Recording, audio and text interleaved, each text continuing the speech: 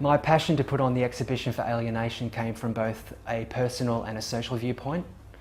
Personally, I spent many years extremely isolated from society, self-imposed, but also dealing with a lot of trauma and many other things that I didn't like about society. And coming back into society at the beginning of 2013, or coming back into society, I saw not only what I'd missed out on, but what also gave me the impetus to go feral and to go bush and to go quite isolated for all those years. It sort of struck me quite powerfully, and this has developed over many, many years now. Not just from the years that I was isolated, but the years that I've been back in society, and I don't like what I see. I think what is around there is actually quite extreme, and we're in an existential crisis basically, and the reason why I wanted other artists on board was to actually, is to sort of build up my viewpoint and make it a larger level and a larger scale thing. And all the artists involved have their own viewpoint and their own take on alienation, their own genres are presenting this theme as well. And I just think if, a lot of us don't, or more of us don't wake up, I think the whole thing's just, I hate to be negative, but it's quite doomed, really. Did you feel like that initial isolation you had earlier on, has that helped you to integrate back into society? On the one hand, it really did help me to come back into society and integrate, but the catch-22 with that is that it also showed me why I did it in the first place once I'd come back into society, because I find so many things around me that I see on a day-to-day level that people are just not seeing, quite disturbing. And I'm like, I get very alarmed. I'm walking to and from work. I see shopping centres, outside the hospital, for instance, where I work, all sorts of things. I find it quite alarming. And I think a good way to actually maybe even wake people up to small possibilities that there's actually more going on is through art. And this has been a passion of mine for a long time, even though I haven't been involved in the arts for a long time. Just coming back into it in the last few years, here and there on a very small scale, and I thought, I want to do this a larger scale thing eventually, and hence Alienation, yeah. So your own personal artistic expression is dance and movement, I believe. Dance, movement and performance art, yes. And there was always a bit of acting on the side because of the stuff I did in Europe with some very interesting theatre people. They were basically teaching us to act and dance at the same time. It was literally a hybrid, and I feel like that will be brought to the performance art aspect as well as the movement. It's quite ritualistic, a bit extreme, and because I was also trained in a bit of Buto, that comes through with it as well, like very contorted, dark, sort of death. It's like death dancing, basically, yeah. And they're stronger elements of it as well. Do you think that the actual, having spoken to myself, I've spoken to a few people about this, that from the darker aspects of things in life, you can actually start extracting the beauty of it, so to speak. Do you agree with that statement? I do, because I think, it's a whole yin and yang balance thing, isn't it? I think there's just as much, if you can equate beauty with truth, there's just as much beauty in exposing the truth of the dark as there is in maybe always being about love and light and happiness, and I just think that's completely unrealistic. So you've obviously decided to do an exhibition.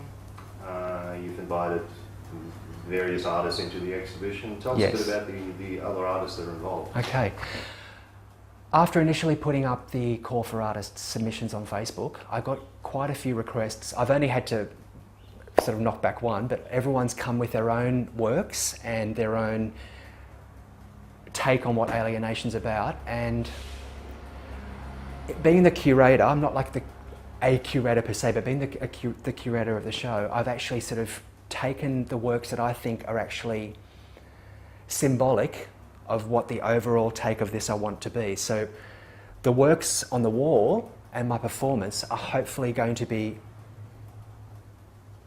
not influencing each other, but yeah, there's there's a symbiosis between the visual arts of all the artist genres that are submitting and my own performance, and I want them to be hand in hand. It's a completely, I'm trying to look at it from a macro level rather than just some aristocratic, snotty, sort of arty-farty thing that a lot of things are like these days, and I don't think there's much substance to that.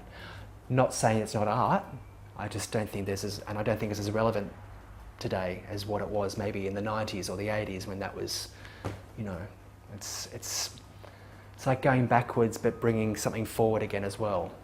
Yeah, if that makes sense. Makes sense. What are you hoping to achieve by doing this exhibition? Because obviously the people that are in the know, they will embrace and appreciate it.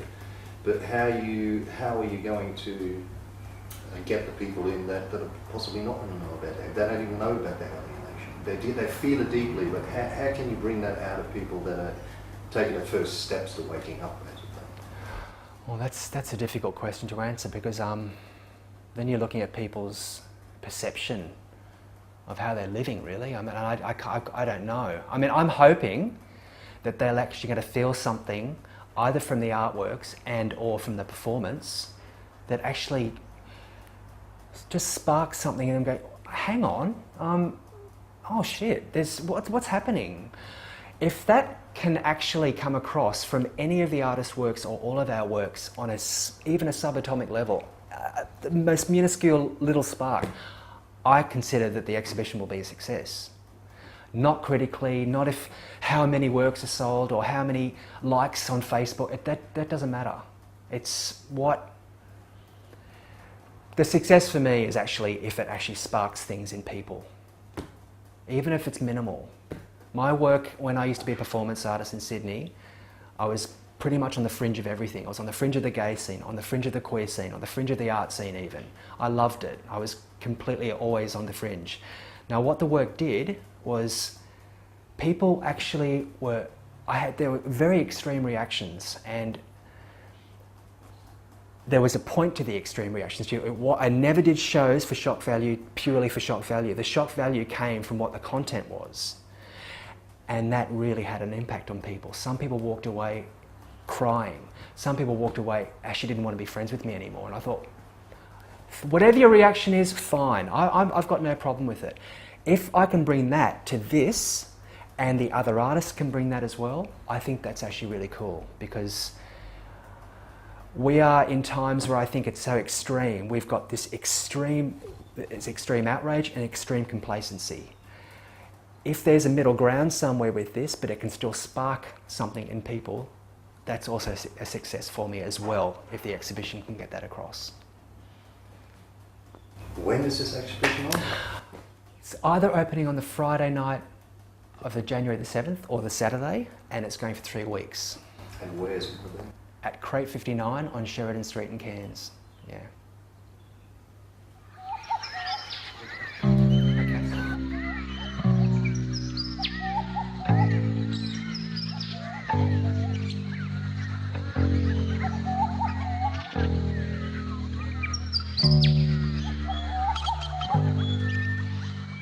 Okay.